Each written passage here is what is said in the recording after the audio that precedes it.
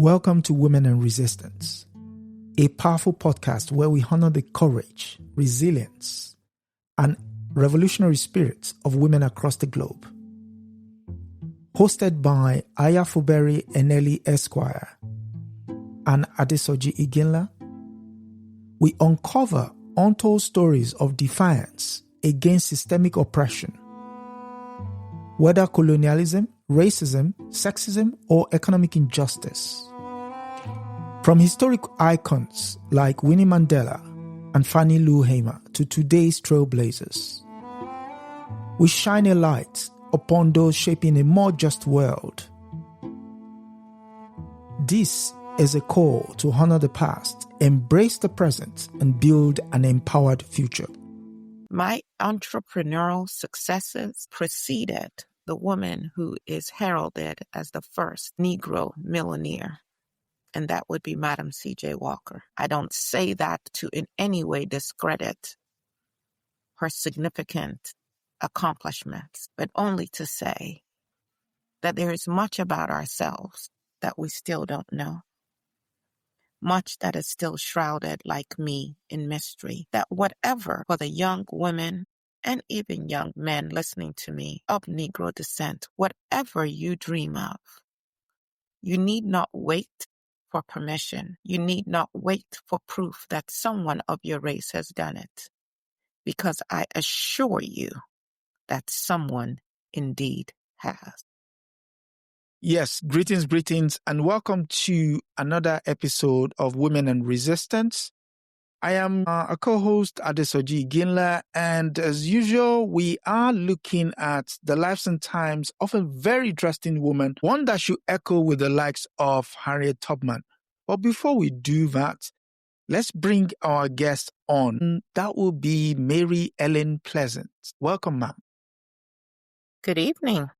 Yeah, good evening. And for those who are probably setting their eyes on you for the very first time, could you tell us a little bit about yourself? You will not be the first. Well, you are not the first, and you will not be the last to inquire as to who I am. And the answers are as varied. The trees, the plants, the waters, the very air itself. Everyone tends to look at me and decide who I am through their own lens. There are many stories which I will share without confirming or denying any. Well, maybe a couple. Some say I was born a slave in Georgia. Some say my mother was a big, towering figure of a negress, and my father was a governor. Some have other tales. I say I was never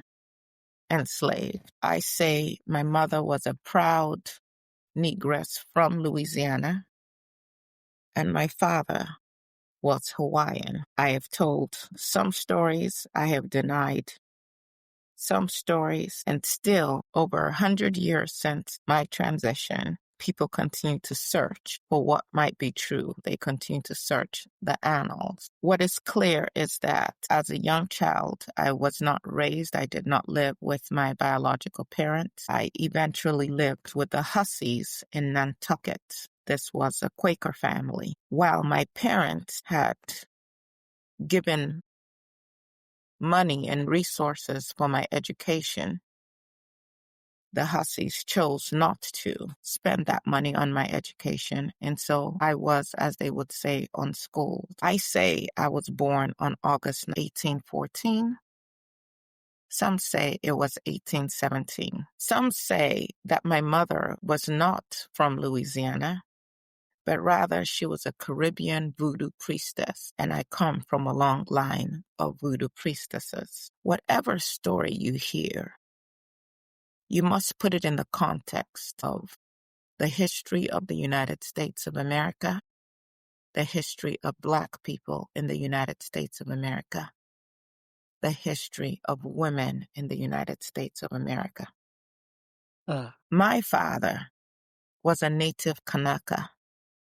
He was Hawaiian. Both of them were large frame, but I think I got my physical strength from my father, who I describe as a giant in frame. My father's name was Louis Alexander Williams, and I was named after my mother. My father was a commercial man who imported silks from India. I don't think my mother was as well educated as my father, for I don't remember her writing me any letters. I say I was born in Philadelphia at a time where we had a thriving community of freed blacks. Some researchers say that it is quite possible that a Pacific Islander named Louis Alexander Williams and a free black woman from Louisiana became the parents of a baby girl in Philadelphia.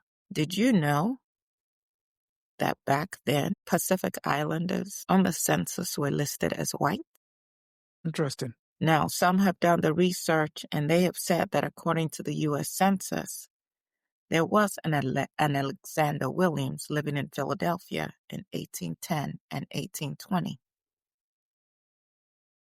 He's listed as a white man. I don't recall those early years. I recall more my time in the island of Nantucket off the coast of Massachusetts. I would not be the first or the last of children of the Negro race that did not grow up with their own. The very celebrated Frederick Douglass did not grow up with his family. Now, a lady who made a lot of money off of my name, named Holdridge, Helen Holdridge, she wrote the book Mammy Pleasant. To even name a book Mommy. that supposes to tell my story, Mammy Pleasant, is a profound slap in my face, because I gave an interview in San Francisco to the papers, and I told them in no uncertain terms, I am not Mammy Pleasant. That is not my name. I am Mammy to some, but not to everyone. In fact, there was a priest who wrote me a letter, and he addressed it to Mammy Pleasant. I would not so much as waste my own paper on him, and I wrote a note back on his own paper and told him that was not my name. I am Mary Ellen Pleasant, and I sent it back to him. But this Helen Holdridge character, who not only wrote a book about Mammy Pleasant, she wrote about Mammy Pleasant and her partner. You will hear more about this. She wrote about Mammy Pleasant and my recipes because I was a very well-known cook, renowned for my skill. She tells a version that I was bought by America's Price, a Missourian, for $600 and sent to New Orleans, and that there I was educated by nuns at St. Solene's Convent.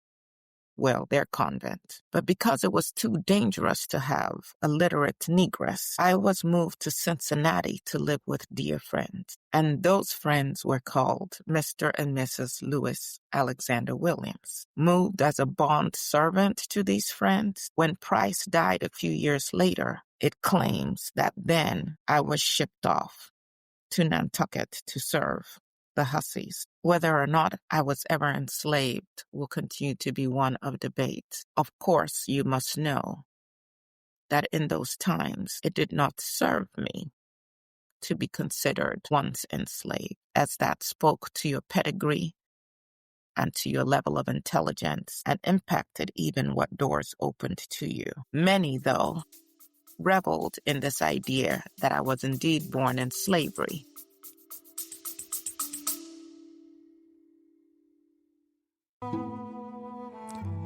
You are listening to Women and Resistance with Aya Fubara Eneli Esq and Adesoji Iginla, where we honor the voices of women who have shaped history through courage and defiance. If you're finding these stories inspiring, take a moment to subscribe, share, and support this platform. Together, we amplify the voices that deserve to be heard. Now, back to the conversation. Because it provided a different narrative, one of hope that someone born in slavery could rise to the heights that I did, drawing attention to the distance that I had traveled in their minds, literally and figuratively, from enslavement to becoming, by all accounts, the wealthiest woman in San Francisco. Negress, white, or otherwise. There was much debate about not just my race, but even my color. How is it that one woman is described as being light enough to pass for white by some, and simultaneously described by others as coal black? As I stated earlier, it seems that people have narrated me through their own lenses, whatever they may be. Of course, we know that for 19th century Americans, skin color served as an index for a range of attributes, including level of education, sophistication, intelligence, and even your ability to control yourself. Of course, the darker you were, supposedly the more barbaric you were. Never mind that those who authored and carried out the most barbaric acts in the history of what is now called the United States of America were indeed of the lightest skin hue, commonly known as white. The projection. Some describe me as being tall and striking and very light-skinned and beautiful, and that I used my physical beauty and my skills as a voodoo priestess to enthrall and entrance and control the most powerful white men in San Francisco. But others have said, in fact, Hallie Q. Brown, who was a lecturer and one-time president of the National Association of Colored Women, who met me when I was 80 years old in the 1890s. She described me as follows. She came forward and made herself known. She was not a beauty, as some have written. She was rather tall, slender, with sharp features, keen black eyes, very dark, almost black. She wore a purple silk dress, black velvet cape, a purple bonnet, and strings tied under her neck. Others said I had one blue eye and one brown. Others said I was brown-skinned. I am not at all upset about all the mystery regarding me. And in fact, my mansion became known as the House of Mystery. Did I tell you yet that I had a home constructed in 1877 that had 30 rooms in it, and at that time was considered worth over $100,000? No. The disagreements about the color of my skin mirror all of the mysteries that people have caused to swirl around me. Some may say that I have caused myself. Of course, the San Francisco press, towards the end of my life, depicted me as a wizened old woman in a bonnet. There are other pictures of me, in fact, that have been widely circulated, that show me as very pale, regal, dressed in the height of fashion for the times. But some say that that is indeed not a picture of me, but of Princess Emma from Hawaii, who had visited San Francisco and had gotten her picture taken at the same studio where I got my picture taken. This was Queen Emma of the Hawaiian Islands, wife of King Kamehameha, and there was much research done into that as well. Was it mere coincidence that two women were photographed in the same studio? Is that picture me or not? What do I care?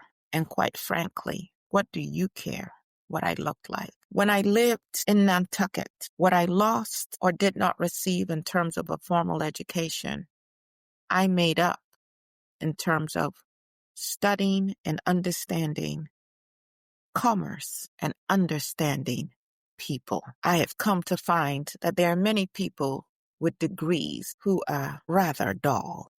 They have no understanding of human beings and what makes people tick. That was something that I excelled in. I should note that while many might be hearing of me for the very first time, my entrepreneurial successes preceded the woman who is heralded as the first Negro millionaire, and that would be Madam C.J. Walker. I don't say that to in any way discredit her significant accomplishments, but only to say that there is much about ourselves that we still don't know. Much that is still shrouded, like me, in mystery. But that whatever, for the young women and even young men listening to me of Negro descent, whatever you dream of, you need not wait for permission.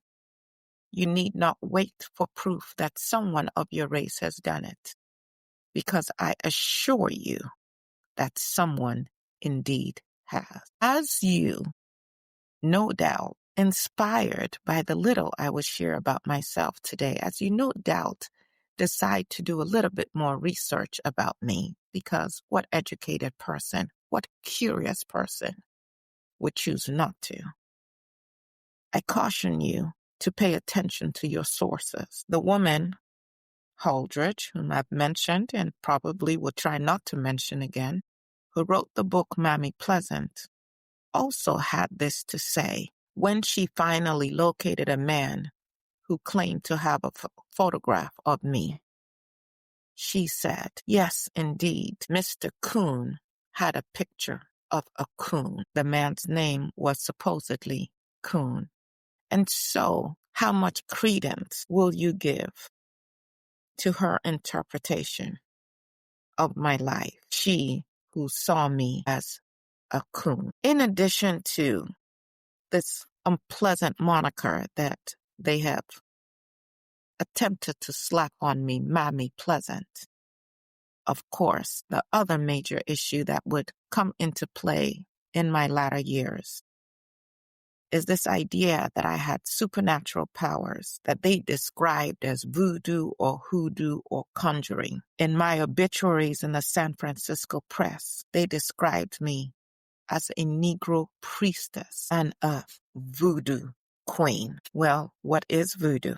If voodoo signals that I was a gatherer and keeper of secret knowledge, and that secrets were precisely the kind of contraband that I collected from my various boarding houses, or as a cook who was often privy to men of stature spilling their guts, I learned to make myself invisible. And when people don't see you and don't consider you of any intelligence or consequence, they will talk rather freely around you. Even long after I had amassed a fortune, I continued by choice to work as a domestic servant for many, two in particular, well-to-do white families. Why?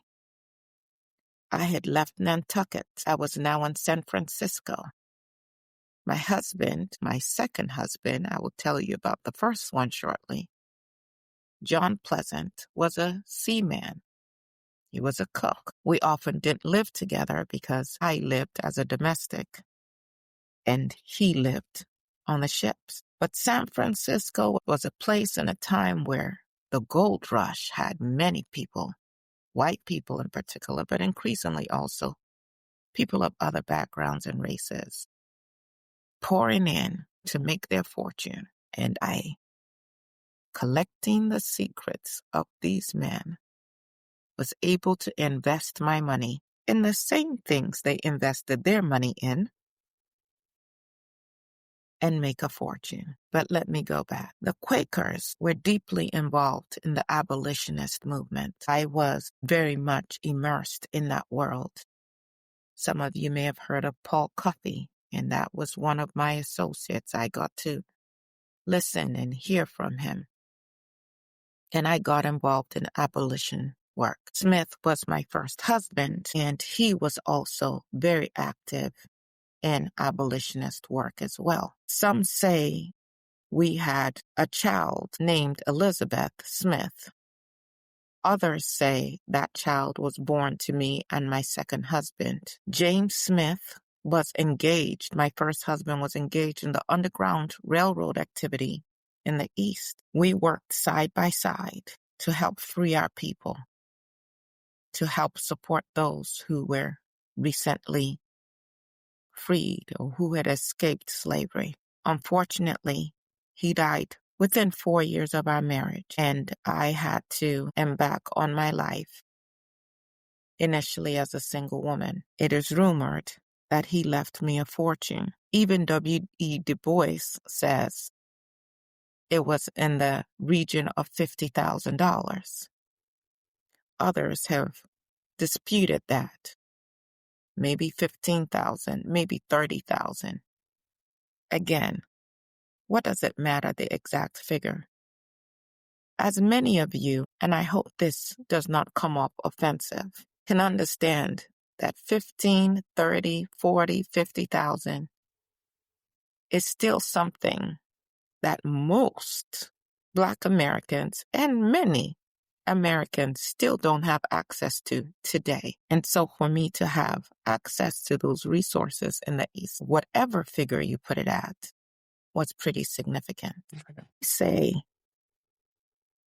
that I then married John Pleasant, that we left our young daughter with friends because we were making our way to San Francisco and we needed to find our way and to secure a living before we brought a young child. Some say I traveled alone, and then my husband came. I say I arrived in San Francisco in 1849. Others dispute this date and state that it was 1852. Again, what does it matter? Some say that I took the long route to get to San Francisco. Yes, indeed, going through New Orleans, and it was a 4-month trip because I was trying to escape the authorities who were hot on my trail for my work in the abolition movement, perhaps. What is true of that time and should be true for those of you who today are continuing the work to fight for the freedom of Black people and all people is that a little bit of mystery is to your advantage. How do you fight these battles while exposing everything about yourself? Makes no sense, does it? And I arrived in San Francisco at a time where there were fewer than 500 Black people in San Francisco. And the Black men outnumbered the Black women 3-1. There was plenty of work. They call us lazy, but they can't wait to employ us to do the jobs that they are too feeble and too lazy to do themselves. It is said that I presented myself as a beyond excellent cook and that there was a bid for my services and the winner bid $500. That was the winning bid. Whatever the case, I proved myself time and time again. And the establishment where I held sway as cook was always filled to the rafters. People enjoyed my cooking. They drank and they liberally spilled their guts. I came to know not just about their business and their investments and how to think through what was coming. Some today might call it insider trading. I also came to know about the more salacious parts of who these people were.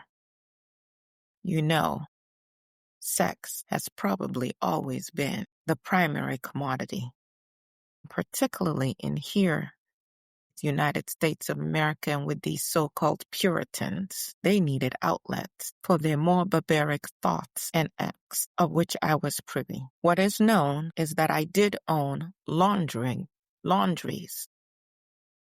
In this time, people had to go to public laundries to get their clothes washed. It was a very lucrative business. I also opened boarding houses because, again, as people rushed to San Francisco, they needed places to stay. I learned how to identify real estate, and I also had ownership stakes in restaurants as well. I did eventually close my laundries. And at the time that I did, 85% of the laundries in San Francisco were owned by the Chinese. Would you like to know why? Please don't. The Chinese, too, had come seeking their fortune in the gold rush. But there was a Foreign Miners Act that taxed them at rates that made it very difficult for them to realize a decent profit from their mining activities. And so they saw laundries as a way to still make a significant living from miners. And that history remains. I would love to hear. I understand that with your technology today, there are people here who can tell you what they're thinking as I'm speaking. How many of the laundromats, how many of the dry cleaning services in your community are owned by people of Asian descent? And please feel free to tell us what community you reside in. You see, there are things that are right before you that you have not had the curiosity to examine why. He's also accused of being a madam, of running prostitutes, of owning brothels. I'm not even certain that that dignifies a response from me. It is curious to me that in this day and age in which you all live, there are plenty well-heeled, well-respected individuals who own all kinds of, what do you all call it now? Pornography sites, who peddle and make great income from, what do you call it? OnlyFans? So once you legitimize it, or once you sufficiently hide behind corporate names and the such, those people are sanitized. They're probably sitting in the front pews of your churches. They might be in your Congress. As a matter of fact, they might be sitting in what's left of your White House. I don't know. I'm speculating in the same manner that others have speculated about me. But let me tell you something that I am incredibly proud of. Well, a number of things. Whatever they say I am, and whoever they call me, because one of my other names is Mother of Civil Rights in California. What is clear is that I used my intellect and the privilege of my resources to free my people. It is well documented that my second husband and I traveled to Chatham, Canada, and that we were part of a committee of 14 who met with and supported John Brown. I bet you know that name. Yes. Or perhaps you have heard of Harper's Ferry. Uprising. Yeah. What is proven is that I funded John Brown and his very ambitious goal to free my enslaved brothers and sisters in the South. Research has been done to show that before I traveled to Canada, I changed a large sum of money into Canadian money. Now, some have subsequently tried to claim that it was not my money. I invested $30,000 at that time in what is now called John Brown's raid. Some, after the fact, say that it was not my money, that it was indeed donations given by various Black San Franciscans, and that I merely had collected the money to pass on. Again, what difference does it make? The fact that I had the mindset, the courage, the fortitude, the ability to do such a thing back then should be enough. For those who dare to disparage my name or my legacy, I have but one question. And what have you done with your life? Now, John Brown, in addition to funding that liberation cause, a liberation cause that we still need to fund today, and many of you listening probably don't even contribute a farthing to in any way. A farthing being a penny. Some being a penny. Some say that I also served as a jockey. And in that role, I dressed as a jockey and drove through various plantations in the South, alerting the enslaved about what was to come to prepare them so that when the hour arose, they would be ready to rise up and strike. Well, I give it no credence. I don't refute it. You think through it yourself. That would have required some daring, but of course we know what Harriet Tubman, whom I knew personally, did. And she did make her way through various plantations. Yeah. But whatever the case might be, John Brown jumped the gun, literally and figuratively. He struck before the agreed upon time, and that attempt to free the enslaved became a huge fiasco. But that it had worked out differently, we would most definitely be telling a different story today. He was hanged, executed, along with 10 other men, including 2 of his sons. It is reported that in his pocket they found a note, and that the note was signed U.E.P. Well, that note was actually from me, and because of my poor penmanship, M.E.P. was read as U.E.P. And of course, they attributed anyone being able to fund and support him at that level as most likely a white man. I should tell you that members of the Chatham Vigilance Committee that I talked to you about, that my husband and I joined, included some of the best-known Black American leaders of the time. Martin Delany, Marianne Shadd Carey, William Howard Day, and Osborne Anderson, who was the sole Black survivor. In October of that year, Marianne Shadd, who at the time was the editor of the Provincial Freeman, had requested funds to defray the expense of the trial of John Brown. And my husband and I were listed 1858 as members of that 14-person vigilance committee. There is no doubt or question about that, or my role as an abolitionist. 1901, when I narrated my autobiography to Sam Davis, I shared these words with him. But before I pass away, I wish to clear the identity of the party who furnished John Brown with most of his money to start the fight at Harper's Ferry, and who signed the letter found on him when he was arrested. Some say I made that up. The letter found on John Brown stated as follows: "The axe is laid at the root of the tree. When the first blow is struck, there will be more money and help." The newspaper stated that the letter was found and signed U.E.P. I was happy that they could not decipher my writing and that they were looking for the wrong name and person.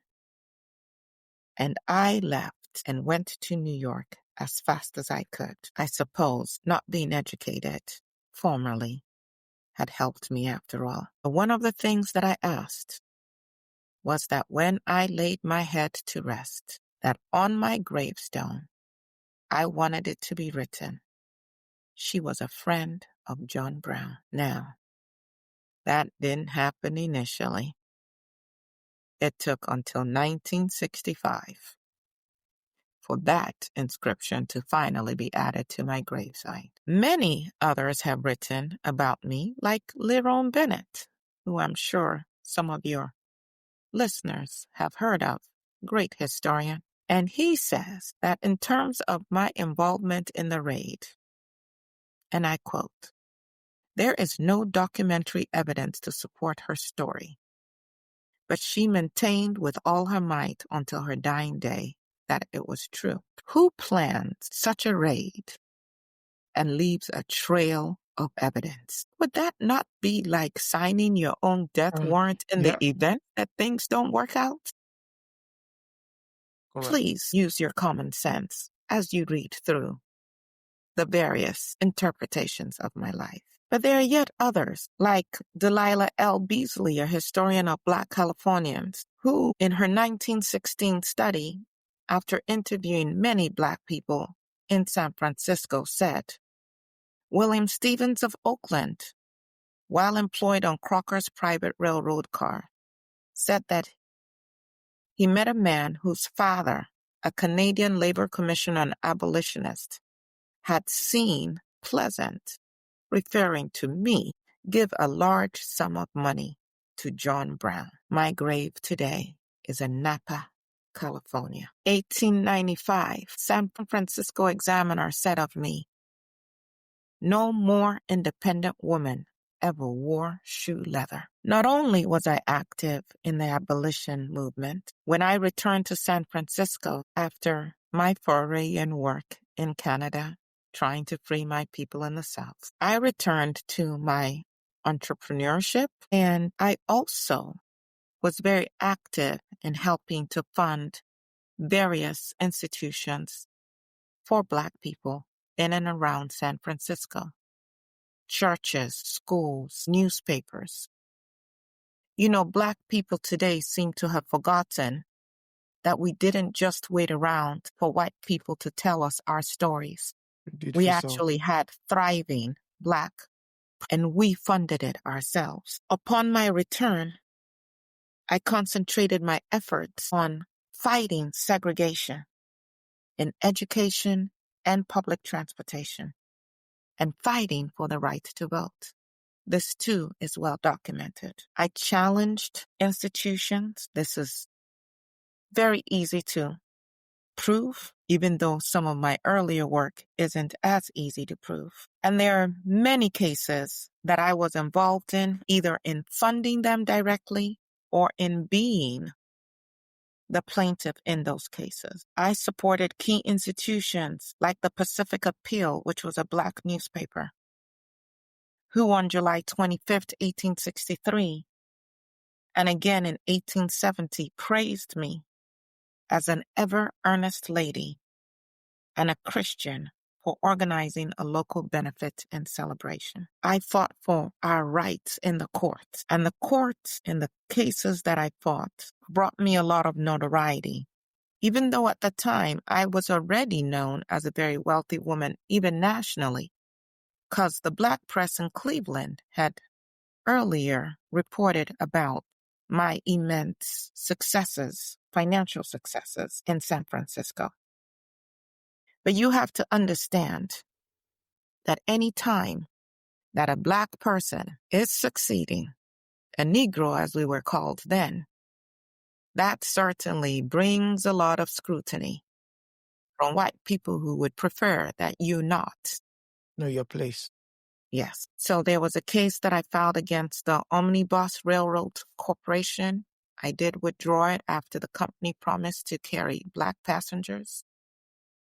And then there is Pleasant v. North Beach and Mission Railroad Company. I won at trial, and the jury awarded me $500 in punitive damages. Of course, the California Supreme Court could not let that be, and on an appeal, they later reduced the damages. But this litigation helped to end segregation on San Francisco streetcars.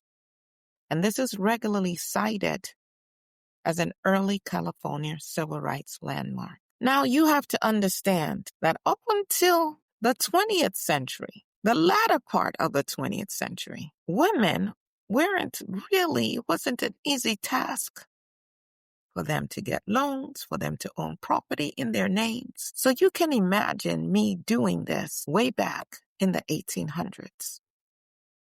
And I found it necessary to, at a point, bring on white partners and to invest through white partners, because it allowed me to invest and move in ways that I couldn't as a Black woman. Some say that I had earlier passed for a white woman, and that it wasn't until the 60s that in the U.S. Census I identified as a Black woman, and that in that census I also identified that I was worth over $30,000. Of course, I was worth more than that, but at least that's what was reported in the U.S. Census. My second husband died. There are some who claim that I met my second husband, who was definitely a Black man. My first husband, people wondered, was he white? Was he mixed race. There were all kinds of stories. Some claim that my first husband owned a ranch and that my second husband worked on that ranch and that we met, and then I, using my voodoo skills, killed my first husband and ran away with his wealth, which he had left me with my second husband. Again, consider the sources. Yeah. Eventually, my second husband made his transition. My daughter Lizzie did come to San Francisco to live with me, and I arranged a marriage for her with a rather wealthy Mr. Berry. And yes, it is true that he was considerably older than she was, but it was a good match, befitting a daughter of a woman of my stature. Some say my daughter was vexed, and as a result, that marriage did not last long, and she went on to remarry. But that my daughter and I were at loggerheads. It was important to sections of the community, the white community in particular, to paint me as a bad mother, one who had abandoned her child to seek fortune, one who was a madam, one who manipulated young women and men and blackmailed people because I had their secrets, and that's how I made my fortune. And that I forced my daughter into an unsavory marriage, and that ultimately my daughter rebelled against me and became a drunkard. I will say that my daughter died rather young, 31 to be exact. But I will also say this to any of you who have had parents who have ever not seen eye to eye with your parents, or any women who have had a spat with their mother. How easy is it to exploit any disagreement between a mother and daughter and blow it up into a narrative to suit your nefarious goals, which is ultimately to discredit me. They just threw everything they could at me until they could find something that would stick. Because who supports a woman who is a bad mother? And of course, at that time, there was this notion that Black women could only care for white children, but cared nothing for their own. Who benefits from such a narrative? There's still so much to say, and yet I know that your listeners have other things that they must do with their time. So I will end with just a few more stories. After I built my mansion, Thomas Bell, who was my protege and my business partner, lived in that mansion with me and all those who helped to serve and run the mansion. It immediately was labeled the House of Mystery, because what could I possibly have to do with this younger white man, who they considered of great means, even though it was my intellect and my resources that helped him to acquire what they thought was all his, although much of it was also mine. Later on, Thomas married Teresa Bell, whom they say I introduced him to, and they had children, and I lived in my home, my mansion, and so did the Bells. And yes, I did present myself as the mammy, because that was, again, something more palatable to the white community, who were very curious again as to what was going on. Mr. Bell came to an untimely death. As the story is told, I was accused of being a black leech who had fastened herself on Bell money sack until it was dry as a sucked orange. This was from the San Francisco Call in 1899. Wow. There had been a case before that involved a senator, Senator Sharon, and a divorce. And again, it was, I featured prominently in this case. And in the testimony of young Mrs. Sharon, it was clear that I was a confidant of hers. And the story sold to the press was that I had used my power over the young Mrs. Sharon to get her to entice the senator who was already married, and with my voodoo skills got him to marry her. And so when he now attempted to leave her and she sued, that I was the mastermind behind it all. Sarah had portrayed Sharon, the senator, as an adulterer, unable to control his sexual impulses, and had presented herself as a scorned wife. My power and how I was portrayed was that my wealth, my secrets, and the comfort white America invested in the role of the mammy, that I had served to orchestrate things behind the scenes. When Sarah on the stand testified that Pleasant, meaning me, had guided her through difficulties, but only as a great and true friend, you understand. Mammy expected nothing in return, absolutely nothing. Of course, they chose not to believe that. I must have manipulated this young lady into his graces so as to extract money from him. The public scrutiny of the 1880s when this case took place, the racialized and scandalous cartoons and the headlines definitely helped to begin to chip away at my finances and my businesses and contributed to my financial decline. And so by the time I had to fight for my assets in the 1890s before the very same set of judges, you can imagine that I did not have much of a chance at all. In my 80s, I experienced long periods of illness as evidenced by my frequent visits to Dr. Kearney, whom I paid for my services. I had a ranch as well as my mansion, and friends would come and visit. After nearly 2 decades of living in my mansard-roofed mansion on Octavia Street, I was kicked out of my own home. I spent the better part of the 1890s in litigation over the Bell estate and my own estate. These dramatic series of events started in October of 1892, October 15th to be exact, at 1661 Octavia Street, where my mansion used to be. Today, there are 2 eucalyptus trees that I planted, still standing. There is a bronze marker, and they say it is the smallest park in San Francisco, and it is a park they claim I hunt. Yes. Now, as a ghost, I haunt that park. It is said that on this date, October 15, 1892, Thomas Bell had retired to his bedroom at about 8:30 p.m., and that I was also in the house. Of course, it's my house. Teresa, his wife, was at my ranch in Sonoma County, and the 3 youngest children were in bed. According to the police reports, I stated that at about 10:30 p.m., I heard Bell's voice, then the fall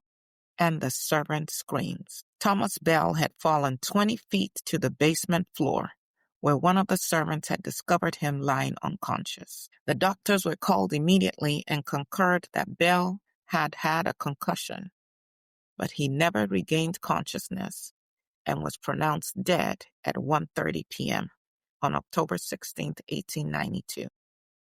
He was 72 years old when he died. The newspapers reported the death as an accident, and a coroner's jury confirmed that. However, there was an informal inquest held at the Bell and Pleasant household. Teresa Bell, his wife, was there, but she remained silent. The coroners concluded that Bell's death was caused by falling over the balustrade of his residence, and his death was entirely accidental. Pleasant, they say, made it clear to the reporters that no one would ever know what really happened that night. Now, why would I say something like that when I already know that I had been previously accused of murdering my husband, of being a voodoo priestess? They say that I said, of course, we don't know just how the accident happened. Nobody knows that. But we think Mr. Bell must have been dazed when he started down to the kitchen. I think he got to the bottom of the upper flight and then fell over the railing from the first step.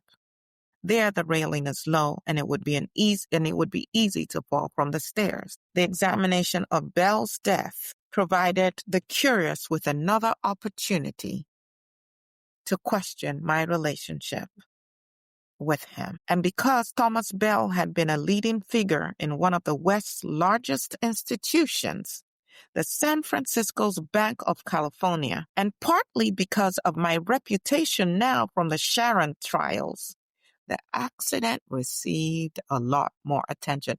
Did I tell you that I predicted Mr. Sharon's death? And he did indeed die. At any rate, A coincidence, clearly. in the years after Bell's death, his wife and I were accused of mismanaging the Bell estate. The estate was vast. In addition to real estate, there were millions of dollars worth of stocks, mining claims, and cash. The Chronicle claimed that the Bell estate yielded $40,000 a year at the time of Thomas Bell's death. Now, what happens when there are great sums of money at stake? Great. That greed. Yeah, great setting. Teresa Bell was mentioned in the will of Thomas Bell, as were the Bell children. But Thomas Bell left me out of his will. And I told a reporter that I held the deed for one of the San Francisco lots and that I definitely had proof that I commissioned the construction of the mansion and it did belong to me. So intricately was my wealth intertwined with Thomas Bell's wealth that though we were in court for years, it was virtually impossible for me to prove what parts of that wealth actually belonged to me. And of course, who would listen to a mere mammy, a voodoo priestess? In the end, one of Bell's sons, Thomas Bell's sons, in a guardianship suit, was able to wrest most of my assets from me. I chose not to have any issue with the Bell children, but instead to call out the greedy attorneys. And on November 9th, 1899, the San Francisco Call reprinted excerpts of my letter to Judge Cuffey, who was in charge of Fred Bell's guardianship case. The article was titled, "Mammy Writes and Grills the Bench and Bar, Voices Her Opinion of Executors." And here is an excerpt. Mr. Bell would have soon silenced those who said I had too much influence. I have a good deal to say about the executors and lawyer for the Bell estate, selling their assets to pay their own debts. I told it to the lawyers, and now I have told it to you. These are the kind of things I have been saying that makes me such a bad woman in the estimation of people that are not straight themselves. I have said to them, to the principals themselves, of the two, I would rather be a corpse than a coward. Now, this woman who has respect for the right and the truth would like to have you use your influence. Now, what judge wants to take a public spanking from a mere mammy? Over the years, I have been featured in all kinds of plays and cartoons and novels and people mischaracterizing who I am. But I am here this evening to say to you, Doesn't matter, that I was an uncommon woman. I am an uncommon woman. That I did things that were not common for that age or even today. That I used my considerable talents for the good of my people. And although I died relatively poor, I was never a coward. And that my legacy, however shrouded in mystery it might still be, should be one that causes others to rise up and use whatever power and influence they have for the liberation of their people. Thank you. Thank you. Thank you. Thank you. But one final question before you go. You describe yourself as a capitalist by profession. and that your wealth was meant for survival and empowerment. Could you just, you sort of told us earlier, but could you just expand on that a bit? I believe that wherever we find ourselves, we fight with every tool at our arsenal. Our fight from slavery till now has always required resources. We can get only but so far depending on the benevolence of others.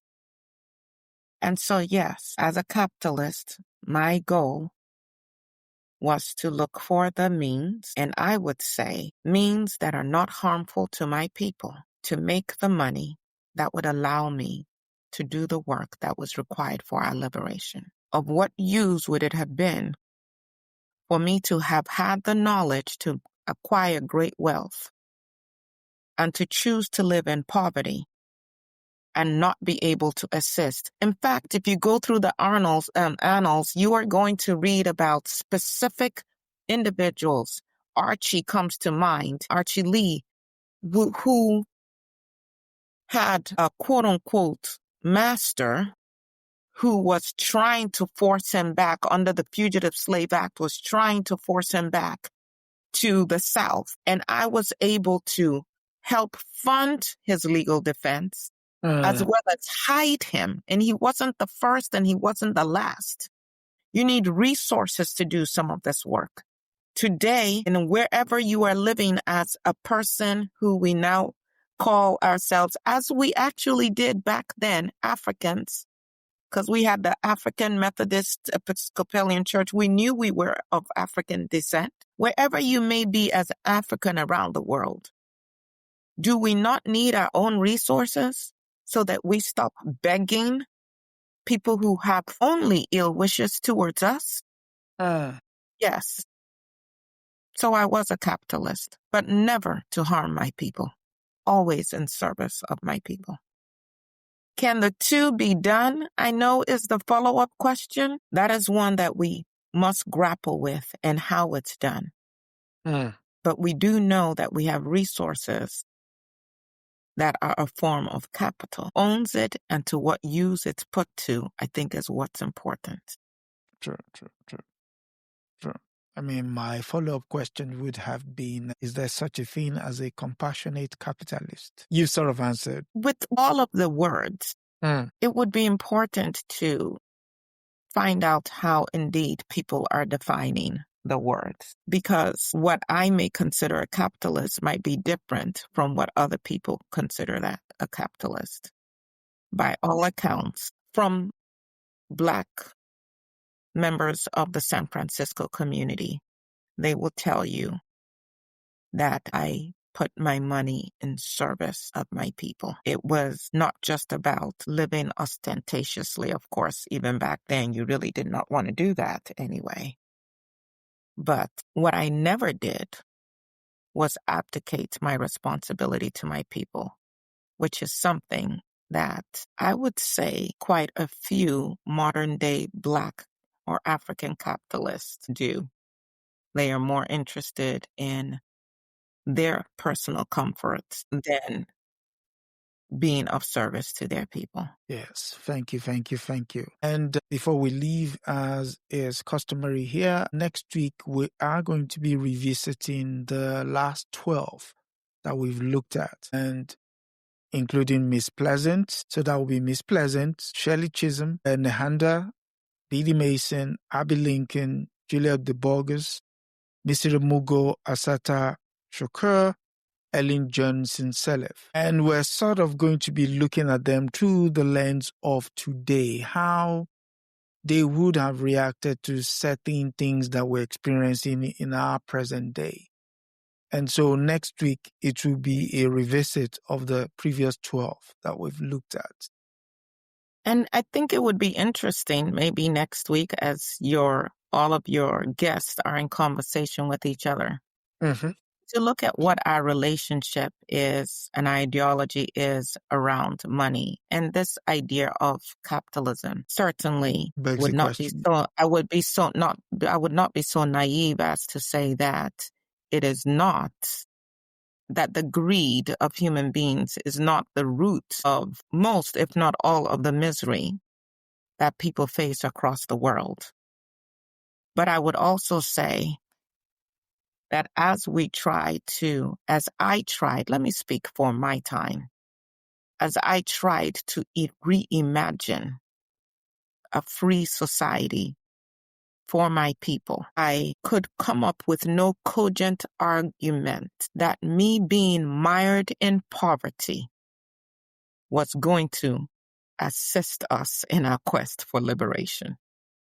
As they will say, there is no free lunch. Again, thank you very much for coming through. And for our audience, thank you as always for supporting this podcast. And I'll have you know your downloads does help with regards to Apple recognizing the fact that it's pushed to other people. And so continue to do the work. And thank you for coming through again. Until next week. It's pleasant. Say this. Thank you for listening. Be careful how you judge people and times, even as you evaluate your choices in the present times. Whatever else you say about me, I should be celebrated. And the reason that I am not as well known as many of the other abolitionists has everything to do with what you all will now term respectability politics. That's another rabbit hole. My flaws were a little too pronounced to fit into the nice, neat boxes. Think Rosa Parks versus Claudette Colvin. Yes, and I would leave it at that. And thank you for your time. No, thank you. And yes, from me, until next week, it's good night and God bless. Yeah.